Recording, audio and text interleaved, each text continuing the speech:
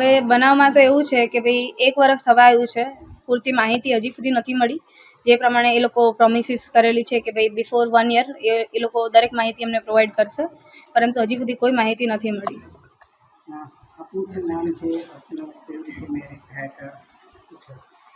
મારું નામ હેતલ પ્રજાપતિ છે અને એમનું નામ મહેશ કાલાવડિયા, અને અમારા લવ મેરેજ થયા હતા. 6 વર્ષથી એકબીજાને ઓળખતા હતા અમે, અને 3rd માર્ચના રોજ મેરેજ થયા અમારા. ના, પ્રોપર રીતે જે રીતે બેઝિક રીતે થાય એ રીતે જ થયા હતા.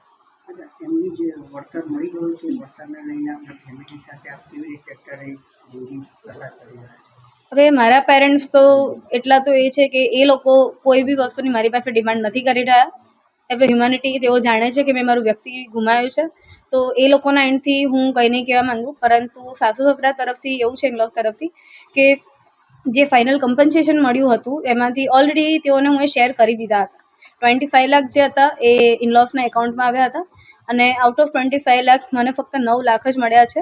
અને 1 CR જે ટાટા ગ્રુપમાંથી મળેલા હતા એ એઝ અ વાઇફ પ્રાઇમરી એનો કે મારા એકાઉન્ટમાં મને રિસીવ થયા હતા.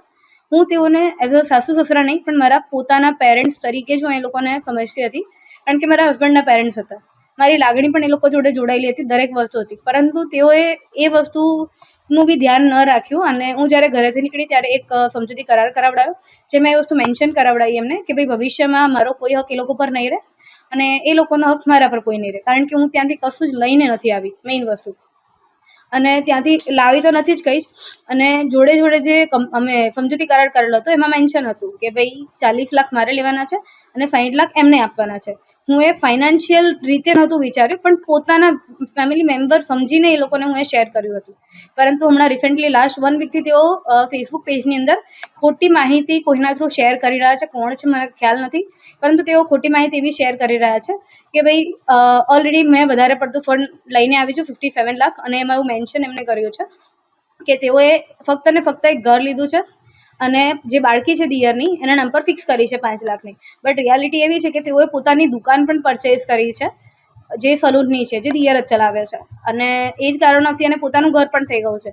તો સાસુ સસરા જે છે દિયર પર ડિપેન્ડન્ટ છે, પરંતુ હું અત્યારે કોઈના પર ડિપેન્ડન્ટ નથી. અને સેકન્ડલી મેઇન વસ્તુ હું એ વસ્તુ કહેવા માંગીશ કે એ લોકો જાણે છે કે આટલું શેર કરવા છતાં ખોટી માહિતી એટલા માટે શેર કરે છે. એનું પાછળનું રીઝન એ છે કે તેઓ જાણે છે કે એરલાઇનની અંદરથી તેઓ ફંડ મળવાનું છે, ફાઇનલ કમ્પન્સેશન. તો એ કમ્પન્સેશન તેઓને મળે એ કારણોસર તેઓ અત્યારે કાર્યવાહી આવી ખોટી શેર કરીને મને બ્લેમ કરે છે. સોરી, હા, અમે AIBની અંદર ઈમેલ કરેલો છે કે જે ઘટના સ્થળ છે ત્યાં આગળ શ્રદ્ધાંજલિ માટે અમને જવા માટેની પરમિશન મળે, પણ આજે 11 જૂન થઈ ગઈ છે, બટ હજી સુધી કોઈ રિપ્લાય આવ્યો નથી AIBમાંથી. હા, બ્લેક બોક્સનો ડેટા બી નથી આવ્યો, અને બોઈંગ કંપનીના થ્રુ જે ઇન્ફોર્મેશન જાણવી હતી એ પણ હજી સુધી નથી મળી. આજે 11 જૂન થઈ ગઈ છે, બટ તેમ છતાં એ લોકોએ જે પ્રમાણે પ્રોમિસ કરી હતી કે બિફોર 1 યર 12 જૂન પહેલાં એ લોકો માહિતી શેર કરશે. હવે બહુ જ ઓછા કલાકો રહ્યા છે, પરંતુ તેમ છતાં હજી સુધી કોઈ માહિતી અમને નથી મળી. એડવોકેટ દ્વારા બહુ સારો એવો રિસ્પોન્સ છે. એ લોકો ઘણી બધી મિટિંગ્સ પણ અરેન્જ કરે છે, અને એમને જેટલું એવિએશન સ્પેશિયાલિસ્ટ છે, તો જેટલી જાણકારી અમને અલગ અલગ લોકોને મળ્યા પછી મળી રહી છે એ જાણકારી અમને એ લોકો ઇન્ફોર્મ કરી રહ્યા છે. તો એ લોકોના થ્રુ ઘણો સપોર્ટ મળી રહ્યો છે.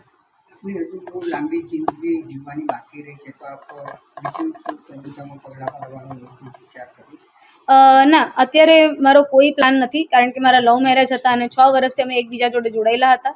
તો એ કારણોસર હજી સુધી હું તેઓને ભૂલી તો નથી જ શકી, તો મારા માટે પોસિબલ નથી કે હું નેક્સ્ટ મેરેજ કરી શકું. વધુ સમાચાર જોવા માટે અમારી YouTube ચેનલને સબસ્ક્રાઇબ કરો અને જોડાયેલા રહો ફેસબુક, ઇન્સ્ટાગ્રામ અને ટ્વિટર પર.